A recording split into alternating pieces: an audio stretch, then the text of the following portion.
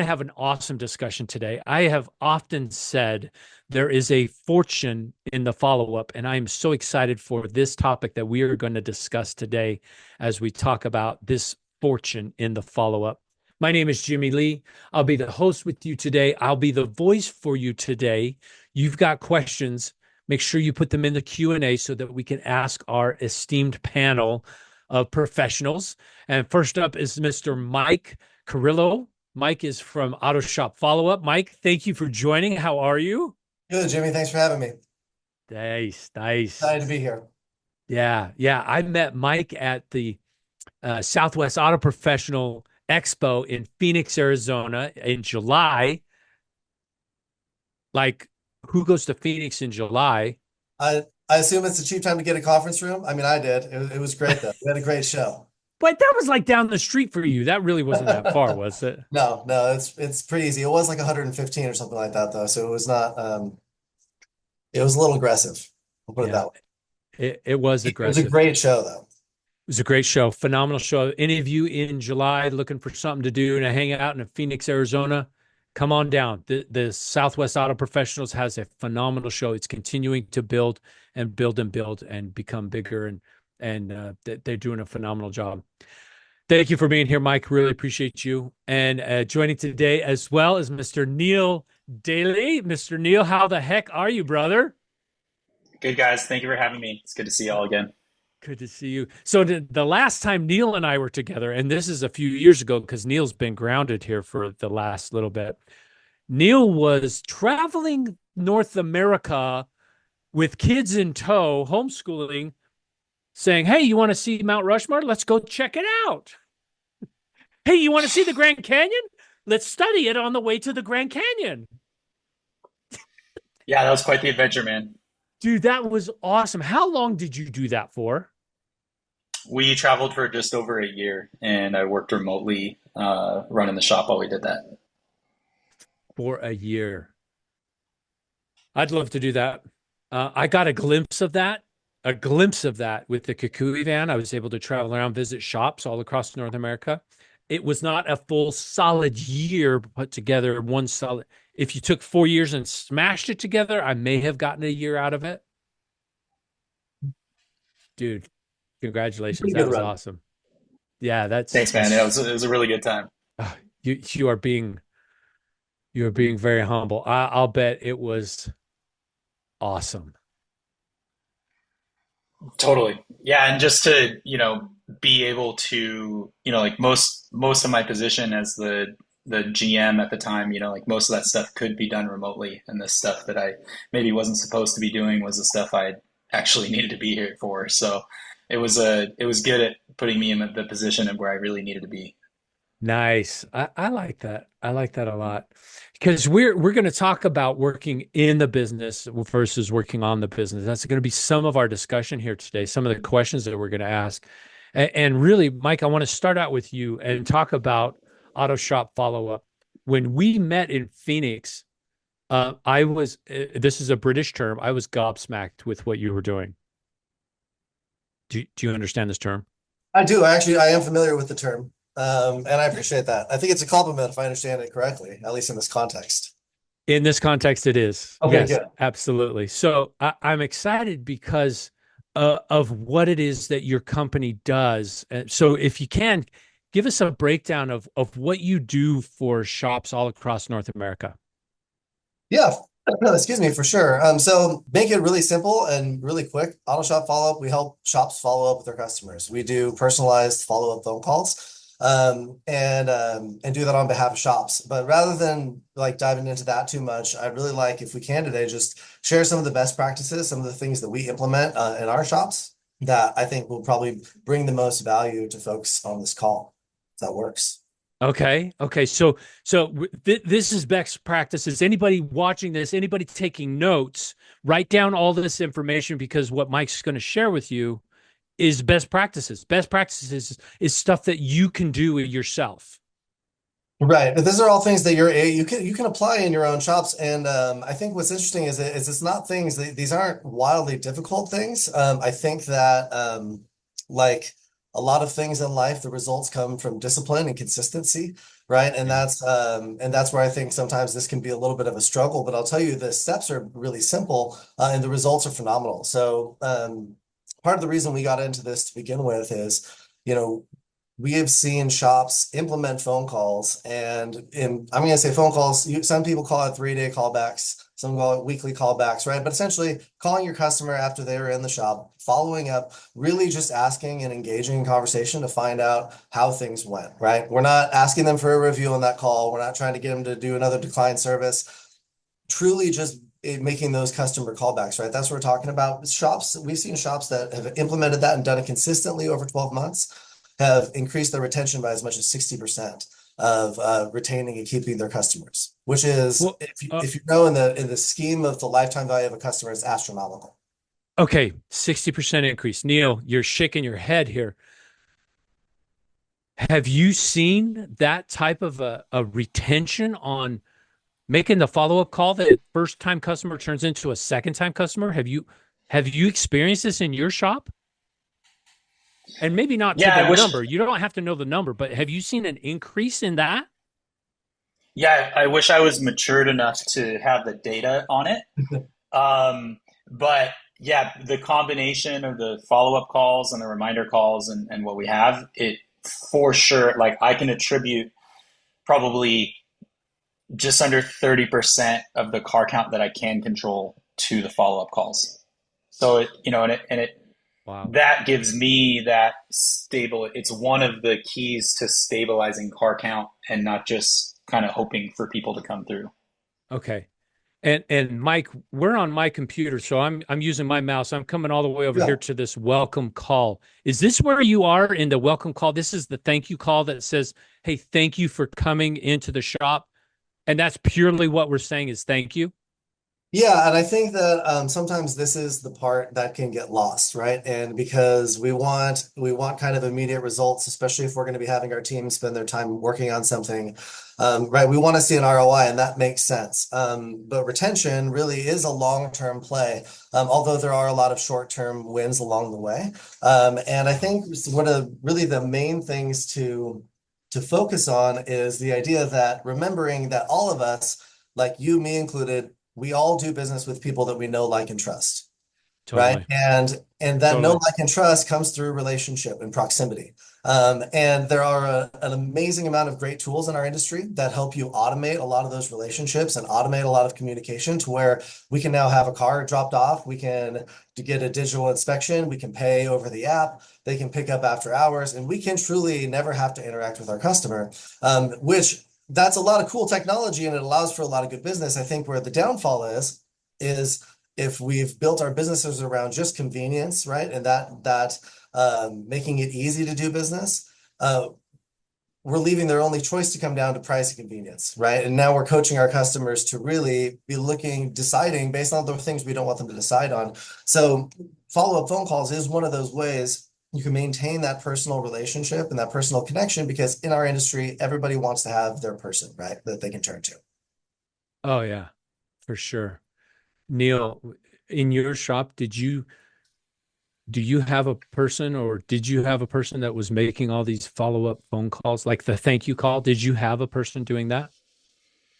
Oh man, we've always known it was something we should have been doing, Yeah. and I could never really implement it. I'd say we tried it here and there, but it was definitely just one of those things that we should have been doing and weren't. Yeah. I've been impressed by the shops that do make those follow-up thank yous. And truly, Neil, truly, it's just a thank you. Thank you. How's the car? How's everything? Okay. We're here for you when you need us. Wow. That's awesome. Okay, Mike, beyond that, beyond the phone call, now where are we going? What's another best practice here? Yeah, for sure. So yeah, your initial call is just truly a welcome call, right? You don't want it to feel like a survey. It's a, Yeah. hey, we just saw you had your car in. We want to make sure everything's going all right. And let the customer lead that call, right? Don't try to drive them down a specific path, but let them take you where they take you, because this is where you're going to find out all kinds of good stuff about your shop that maybe you didn't know to begin with, right? And I think that that's where there's a level of intentionality that has to go into these calls. that sometimes I think we're missing, and it makes sense, right? And I've had one of my favorite pastors used to always say, "Are you trying to make a point? Or are you trying to make a difference?" Right? And I think it's really easy to check a box and make a point here Yeah. and say, "Yes, I made my calls." But if you really want to make a difference, it's important to try to engage and actually not have the goal be, how do I get off the line with this customer as quick as possible? Right. So I think that those things are really key in the beginning. Another big thing that we see a ton of success in that's really simple. And again, these are simple, basic things that, we've been doing for a long time. Your dad, when he owned the shop, was probably doing it for a long time too, right? But handwritten thank you notes to your first time visitors. Holy moly, Yeah. guys. The return rate on this is kind of ridiculous because really, again, what we're trying to do, and I know like the flinch a lot of the time is, hey, do we really want to spend more money on first time visitors? Maybe you're already marketing with a loss leader and they're coming in bringing in a coupon. Do we really want to spend any more money? Absolutely, yes, we do. Right? We got them in the door, and we know we're not making money until that third, fourth, fifth visits. So we want to invest that time to get those people who are shopping and coming and checking you out, to reactivate and make sure we get that next visit. Nice. I like that. I find that that has a lot of value. And I agree with you because using a broad brush, Neil, using a broad brush, what does it cost for you to get a first time customer into your shop? Oh Ish. man, another good number, but a couple $100 probably. Couple $100. So let's say it's anywhere from two to three to four to $500. Let's settle on $200. That's a good number, solid round number. $200 to get them in. They have come into your shop. They have purchased from you. Get them to come back a second time. And if it only costs $5, $8, $10 to get them in the second time, the retention is going to skyrocket because they keep coming back. They know you, they trust you, they love you, they love the experience they're having with you. Hopefully your shop is of that quality. Of course, anybody that we're talking to on this webinar, you're going to have a shop that's of that quality, right, Neil? Yes, I hope so. I hope so. Yeah. So do you, Neil, do you send out thank you notes? Handwritten thank you notes? No, I would love to, and I probably need to implement that. We currently don't collect addresses, so it's a little bit harder than just asking them to do it. Um, What I about need to emails? change that. Do you send follow-up emails? Yeah, they get no. Okay, You know good. what? We're text and phone call. We do the text for the review request, and which works really well, and then the Yeah. phone call for the feedback, which is really good. Nice, nice. And Mike, I see that we're going on here. You've got declined services. Are you ready to go there, or are we still talking about thank you notes? Yeah, Because well, these thank you notes, that's huge. And by the way, and I'm glad you nailed on this a little bit here, Mike. When you say thank you. and just That's that. it. Mhm. Thank you. Yeah. No, I completely agree. And even for our shops who use our handwritten note services, they um if a shop wants to put something in there, then we'll always say like, okay, but my advice, and I don't think we have any shops that do it. My advice is always just let thank you be thank you. Just let that be that. You don't have to have a reason why it's like, oh, this is really cool, but they just want me to come back. And not that there isn't a place for those things. And I think you touched on text messages there and email. Everything that we do, obviously, we're really big on the human driven side, but there's so much value in that text follow up. There's a ton of value in that, in those emails, and to be able to communicate Yeah. things, right? It's just Yeah. about the right medium and the right place. Like Neil touched on for review generation, that follow up text message is fantastic. Most of our shops run that alongside what we're doing. That's We huge. don't want to hit our customers over the head with follow up, but it can be really powerful. But for actual feedback, right? Generally speaking, with text messages, you kind of hear from everybody who loved you and everybody who hated you. And our money is in the middle there in that yellow neutral zone, right? And that's where phone calls can really drive them into the next zone, if that makes sense there. Totally does. Totally does. And Um, what's your decline service follow-up? That looks like a yeah, postcard to me. Is that what that is? yeah, it is. There are a variety of ways to do this. So I always encourage shops, if you're going to start making phone calls in your shop, a lot of the time the jump to is to jump into decline service because it feels like the low-hanging fruit, right? Hey, we know these guys need more service. Let's give them a call, invite them, try to trigger them back in. However, like at least one of my philosophies, right, is when people aren't buying in your shop, it's typically one of two reasons. It's either A, they genuinely don't have the money, or B, they genuinely don't have the trust for you yet, right? To spend that kind of money with you. Okay. So if the case is A and they just genuinely don't have the money, right? If we've won that customer over, we have that relationship, they're going to come back in when they need that done, right? And which means makes the phone call somewhat moot. A postcard triggering that and reminding them, hey, don't forget that you need to get this done might be sufficient in that case, right?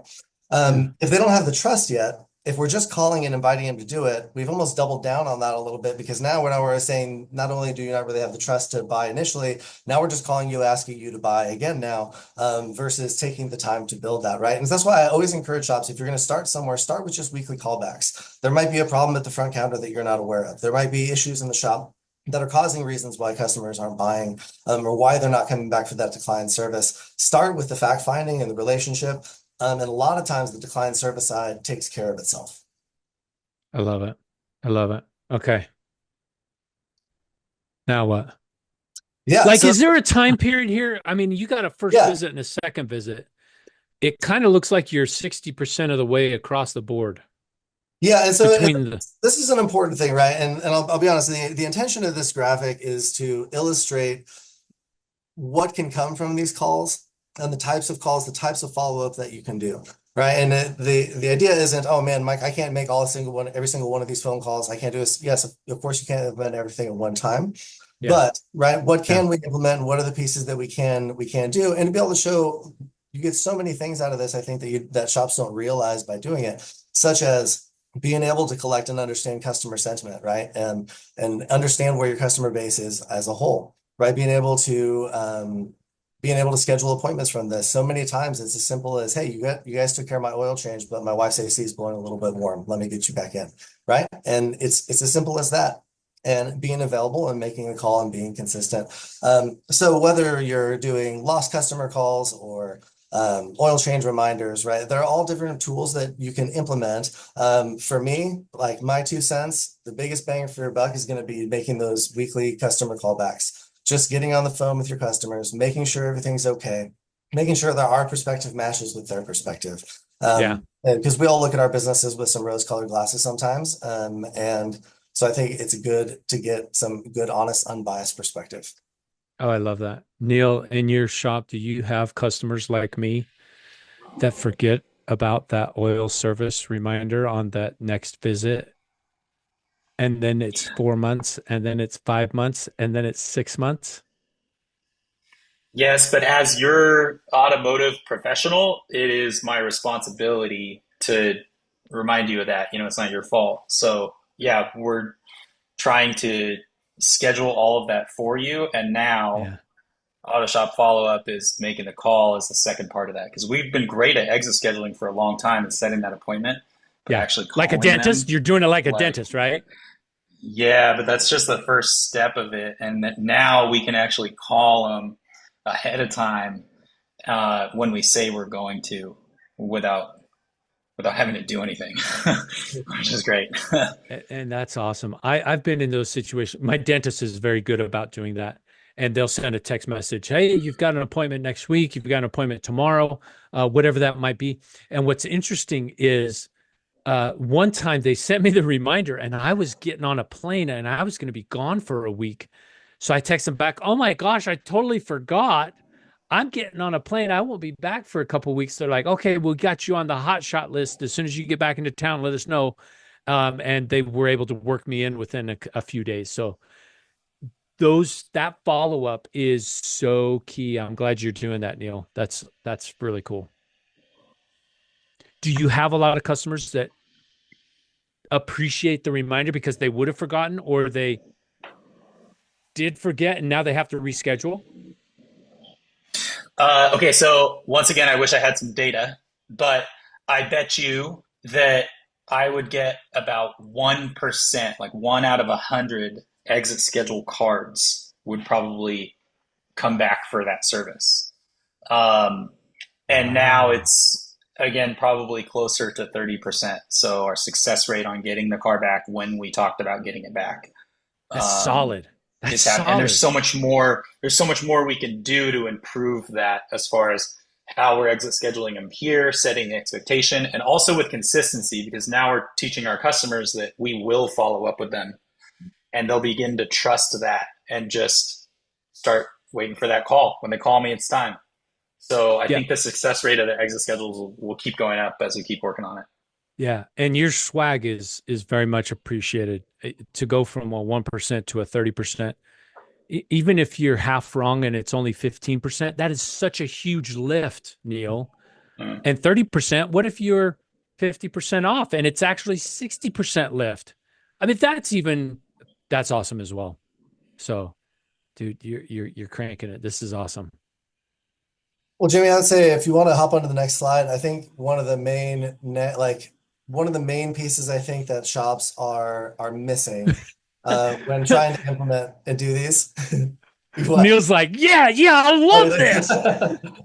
But I think one of the main things is the kind of the so what, right? Because when we've had our people make calls, or when we force them to, or we try doing it ourselves, we just make the call, right? And we get off the phone and okay, everything's fine. Okay, everything's fine. And it's like every call is almost dodging a bullet, hoping that nothing bad comes up, right? And then you get something that goes wrong, and now you don't want to make calls next week. But that's because we're not collecting the overall data and the information, right? If we're just trying to get off the phone and we're just trying to make that connection, then we're missing a big piece. So when we're doing these calls, or whoever on your team is doing these calls, you want to make sure, how are we recording the results of this? Because anything that we're doing, right, we should be able to measure and we should be able to track. If we're going to have our people spend their time on it, we're going to spend our time on it, we're going to spend our money on it. We need to make sure that we're able to track that. And so having a place where, okay, are they recording? What kind of appointments were we able to generate out of this, right? What actions are needed, right? What other steps can you take? Who's expecting a callback because they had a weird noise? Who wants a callback next week because they want an appointment scheduled, right? But having a place where you as the owner are able to go back and kind of see an overview of, hey, here's everything that's going on. Here's the negative things that happen. You get to actually start to see trends, and what we would call actionable data, right? Things you can actually apply in your shop to improve and make things better, right? And keep driving forward. This is huge. So, help me understand this information here. What is the one? What's the three? Here you are making these phone calls to these people. So I'm assuming Thomas, Dale, and Elaine are all three different customers, clients for you. Yeah, so in this case, this is just a clip of a report from one of our current customers, just so you get an idea of kind of how to structure. And so we track the results of those things, right? So in this case, we scheduled an appointment. She had questions about her car, curious about a loaner car in the future. And so that's just hey, we had an appointment scheduled. The next section down are action needed. So these are things that are coming back to the shop saying, hey, Thomas says a check engine light came back on in his Mazda, and we kind of go through the problem. But these are things that, okay, a service advisor needs to call back on, or somebody's expecting a call back. So maybe you're taking care of the calls yourself.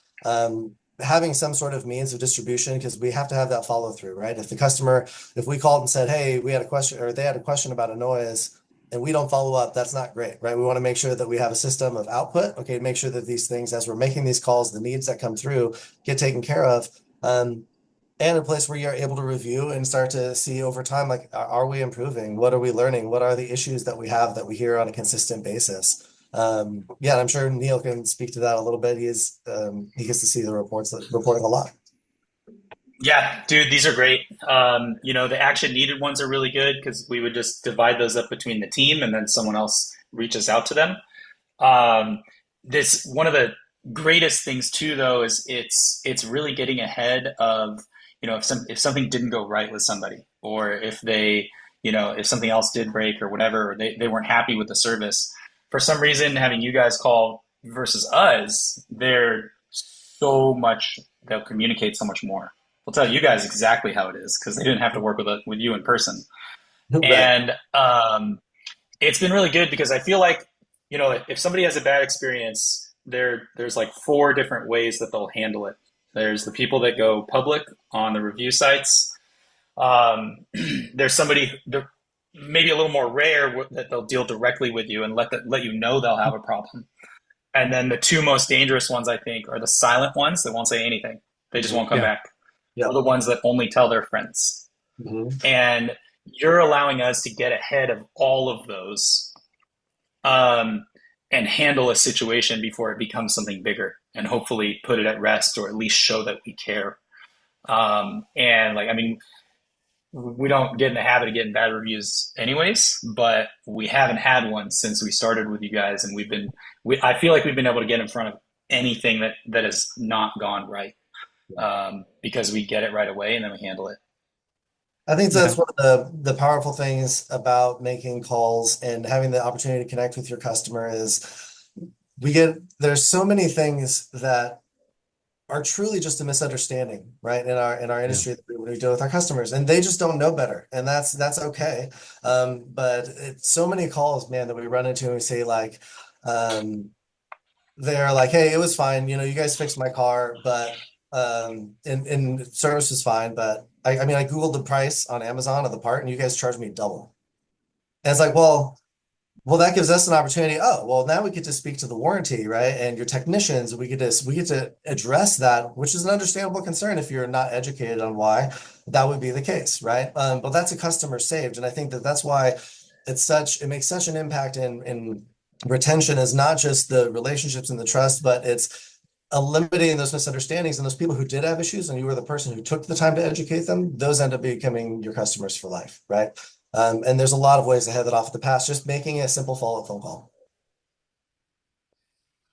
It's true. That's true. That's solid. That's solid. Uh yeah, shops can do this. They need to do this. You're able to head off the problems.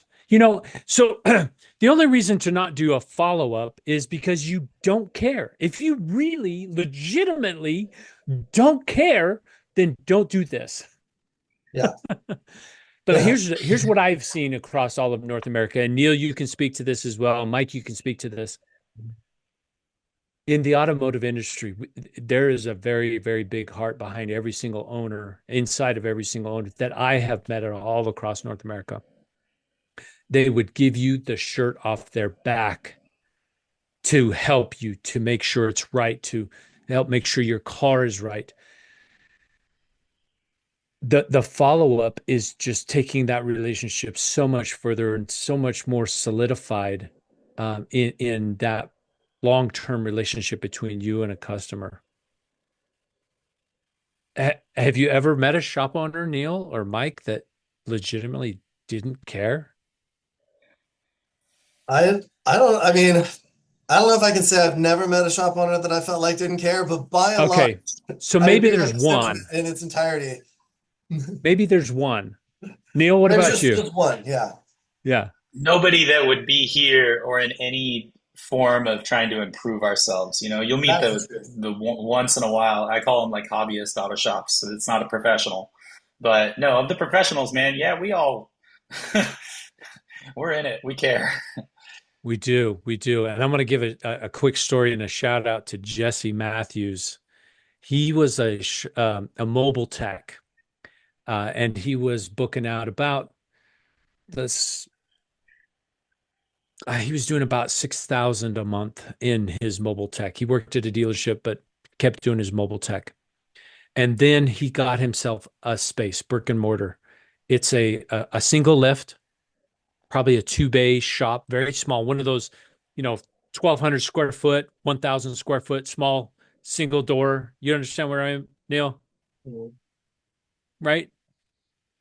In 1 month, went from 6,000 a month to 24,000 a month in 1 month. And I am looking forward to the day.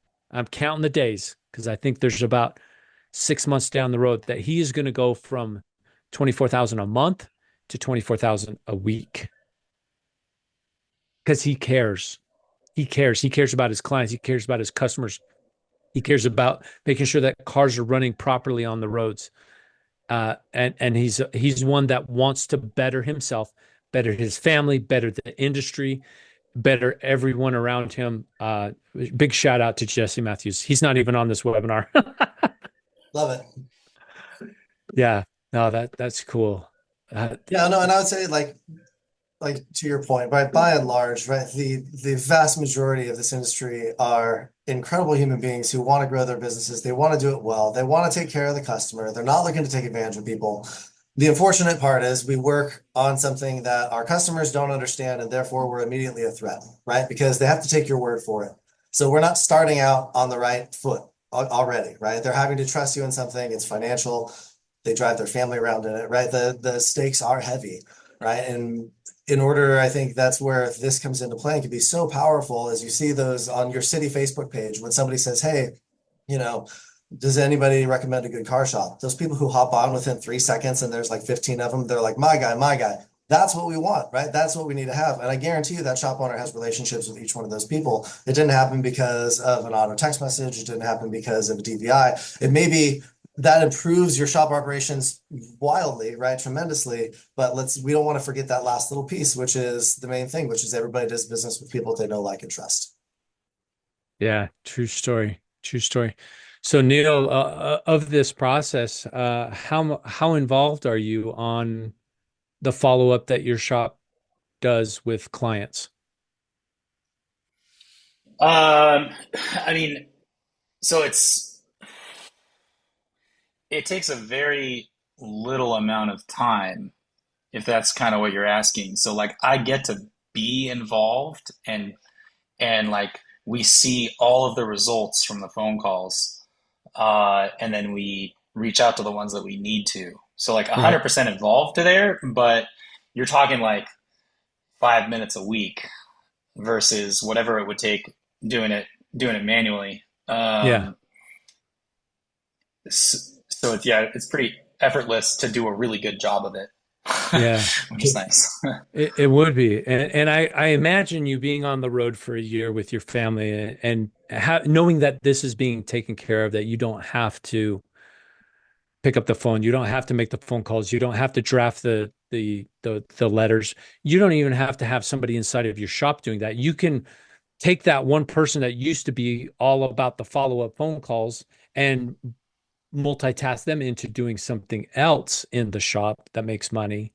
And it allows you to be able to take a step back and say, okay, Mike, take care of my clients, take care of my customers. Let me know when there's an issue, and I'll pick up the phone and we'll make sure that we take care of business.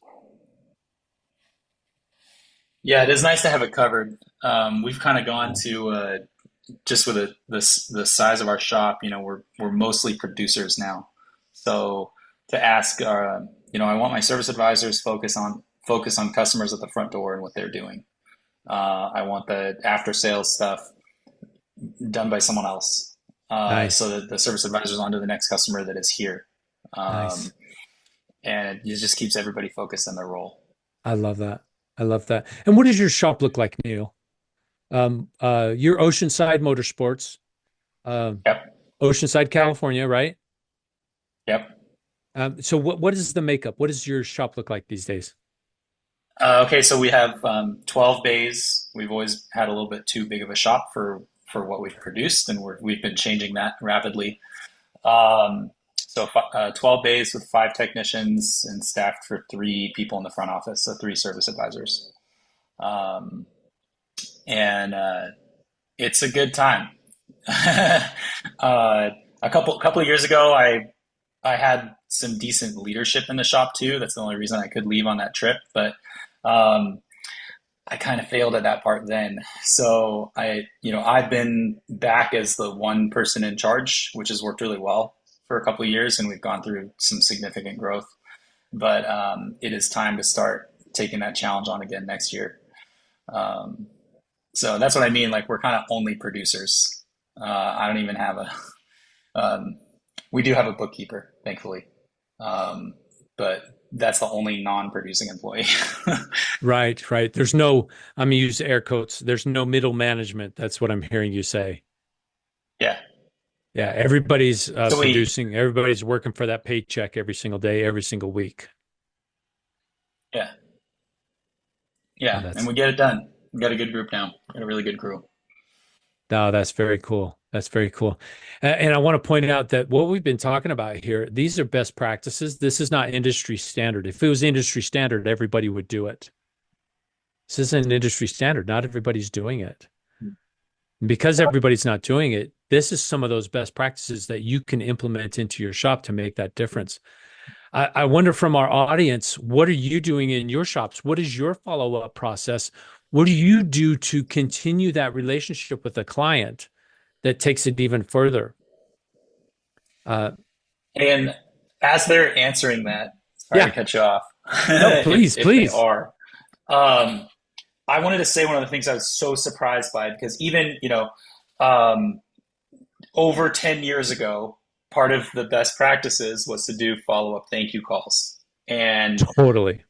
even then, I thought, dude, that's old news. We text now. People aren't going to want to pick up the phone and have a conversation. And I do remember when we did actually try it, it was enjoyable. People did actually pick up, but it is absolutely still current. And I can't believe the success rate of people that actually answer the phone and then talk to you guys. Uh, I am absolutely wrong about that. I think And I was thinking about it personally too. Like I don't want anyone to call me or do any of that. I want to text and this and that. But I've thought about it with a couple experiences we've had with companies lately. If they followed up with me, I for sure would have had a better experience because I do want to give them a little feedback. Or the good ones, I wouldn't mind saying something about. So I've been thinking about it on the customer side, kind of changing my mind about that. And it's absolutely a part of our world still. Yeah, I think it's and I get right, same thing for every one of my customers who's shop owner, myself, business owner. I think we are a little bit biased in that not answering the phone because our phones blow up all day, every day. And we don't realize that that's not everybody's world. That's not every day. And yeah, and people want to answer the phones. You'd be surprised how much people want to have a conversation and talk. During COVID, our answer rates were through the roof. Everybody wanted to have a conversation. That was a heyday for AutoShop follow-up, sadly. But even still, like people really do want to engage and have like a quick chat. And then for those folks who don't, it's okay to let them pop off the phone, right? Everybody has that customer too who's like a little short and to the point, and the phone call's not giving them warm fuzzies. Just say, hey, we know we're here for you. We appreciate you. Let us know if you need anything and let them get off the phone, right? However, that customer is best served, I think, is what makes sense. Yeah. And there's a lot of good that can come from asking a client, how do you prefer to be communicated with? With Mhm. our follow-up, we like to follow up a day after, a week after, or something like that. And what can we do to follow up with you? Is it a text message? Is it a phone call? Is it a postcard? What do we need to do? So, yeah, ask those questions, and that'll definitely help you. So, guys, as we come in and to land this plane, our podcast is a plane today.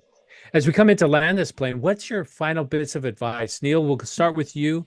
Mike, we'll go to you. What advice do you have for shop owners? Maybe they're not doing follow-up, or maybe they are and they're in the middle of it and it's overwhelming. I don't know. What's your advice, Neil?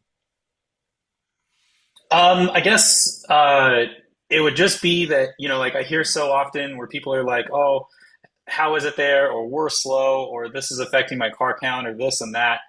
Um, and if you focus on the things you can control, like following up with your customers, exit scheduling, those other best practices, there's there's really anytime I've ever been slow and maybe even tried to think about blaming something else, um, I'll usually look at my calendar, and if there's no exit schedules on it, like I didn't do them 30 to 90 days ago, or if I haven't been doing those follow up calls and stuff, that's why. And it's really empowering because, okay, you have something to do now that you can control. So I kind of don't take any of that BS happening anywhere else as to why we're slow if we are. And I don't know, just finally with you guys, there's a way to have it actually checked off as something that's done 100%. Nice, nice, awesome. Thank you so much, Neil. Thank you so much for being here with us and spending your time to talk about follow up and the fortune that can be there. I know you swagged a lot of numbers for us, but gosh dang, that it's right in the place that you want to be. So it's definitely making a difference on everything that we're doing. So thank you very much. I know you got to bounce. So, dude, you're awesome. Thank you, brother. Can't wait to see you again soon. Thanks, Dale. Thank you guys. It was really good to see you. Really good to see you too. Mike, to you as well. What advice would you have for shop owners in their follow-up? What are some of those best practices that they can follow? I mean, I would say if you're going to start anywhere, start with some basic week after follow-up calls. Nothing A fancy. week after, so that you're The a following full week. 7 days. Yeah, I would say, 4 to 7 days, depending on what that looks like. But I think Okay. within a week, you want it long enough to where they're able to drive their car for a minute, but not so long that they forgot about what their visit was like. Right. So I think just starting with those calls and remember, listen, they are a bit of a hassle. Like, I'm not gonna lie, like they are a bit of a hassle. Not, most people don't really want to jump in and do them. However, there's a reason why they've been tried and true for a long time is because it works. Yeah. Um, and it does work. You will see more appointments. You'll convert more customers. You'll see more people come into your shop. And it is a small thing. I heard a great quote the other day. It said the magic you're looking for is in the work you're avoiding. And sometimes it's just a matter of diving in and just go get it. Work on that and spend the time. It's well worth the investment. Dude, that's solid. The magic is in the work you're avoiding. I absolutely love that. That is very cool. As we're wrapping this up, and I have a question for you. Maybe you don't have this answer. Is there any data in your company and your follow-ups that you're doing for a first customer, second time customer, third time customer, fourth time customer? Is there any data that says if you can get them to come back a second time, a certain percentage will come back a third time, a certain percentage will come back a fourth time? Is there any I data? don't have that in front of me, but that is something that we're working on and building out because I do Okay, 100%. We need to know, right? We need to know what that looks like. we need to know because I think that there is a percentage, and I'm even assuming that once we can get a fourth time visit, that's pretty much guaranteed customer for life, Hmm. I Yeah, think. yeah, absolutely. Right. And providing that consistent experience, right? And doing those little things, it can make all the difference. I know it seems it's just so simple that it's a little too obvious, but it really does work. Yeah, it does work. And here's another shout out, another testimonial from Adam, M Spec Performance. Thank you, Adam. Yeah, well, and Dude, thank you, Jimmy. Appreciate being able to be here. And yeah, for anyone on the shameless plug portion of this, if you visit autoshopfollowup.com/the Institute, you can learn more about our follow-up services. And actually, anyone who comes through the Institute will get 100 free follow-up phone calls if you sign up and join us. So, oh, seriously, thank yeah, you. That is absolutely. awesome. So anybody listening to this live gets it, and anybody listening to the recording gets it Anyone too. listening to the recording, yep, absolutely. Going Okay, through so that, what's that? Give us that website again. autoshopfollowup.com /the Institute.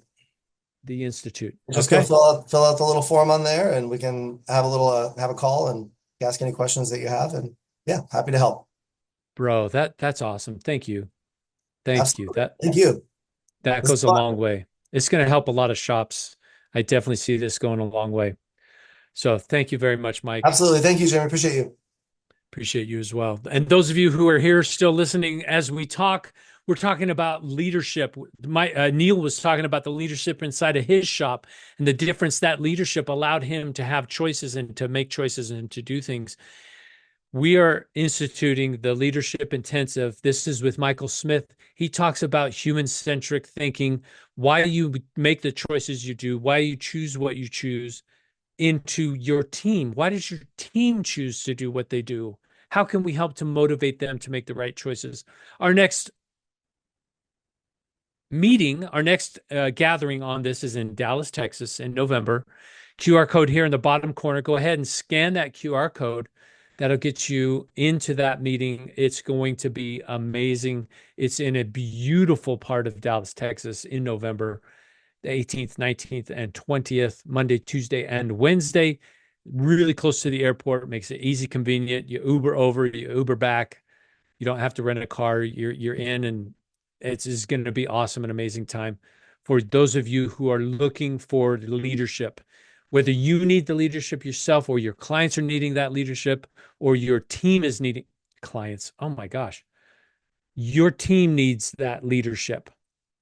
Your team needs that leadership. So this is definitely something for owners and managers And once you get those managers in, you're going to want your service advisors to come in and even your technicians to come through this leadership intensive, because it talks about the human-centric learning and why we do what we do.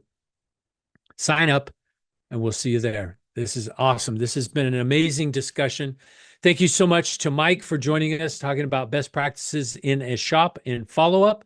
Thank you to Neil for your insight and your wisdom and the ability you have inside of your shop to even be able to go out on a year and tour North America. Super awesome. I'd love for your shop to be able to do the same.